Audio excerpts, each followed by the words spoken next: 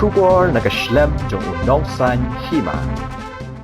Ka Saint Mary's High Secondary School Rangblang haka khat pratari urisau arja arpusan kumshi benta kajing rakhe kajing dap san phosnam ka school kaliyo ban penhap perdano ek limpung yele kai football keblatip kum ga Golden Jubilee football tournament arja arpusan Hamadan Saint Mary Mini Stadium Rangblang Southwest Khasi Hills District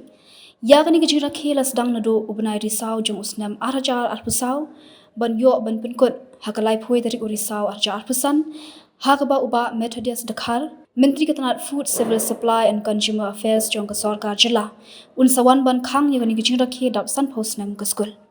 Hagani ke sni kecing lekai final ke long hapdeng ke Selajong FC na mau kerbat, bersya ya ke mau thau Rambrai, YY and CC na West Khasi Hills, bat hagani kecing lekai final ke Rambrai ke layo ban Pynliem no ya ke Selajong da san na saukul Lyngba ke tiebreaker.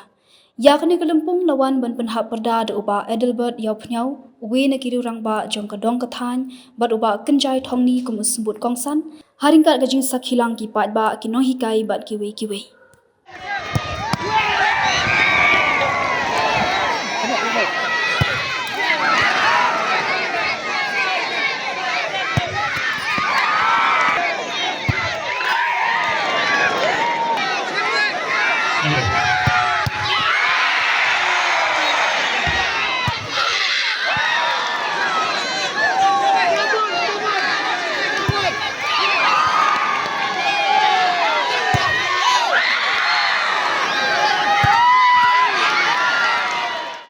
Thập kỳ vào khoa chính ngày nay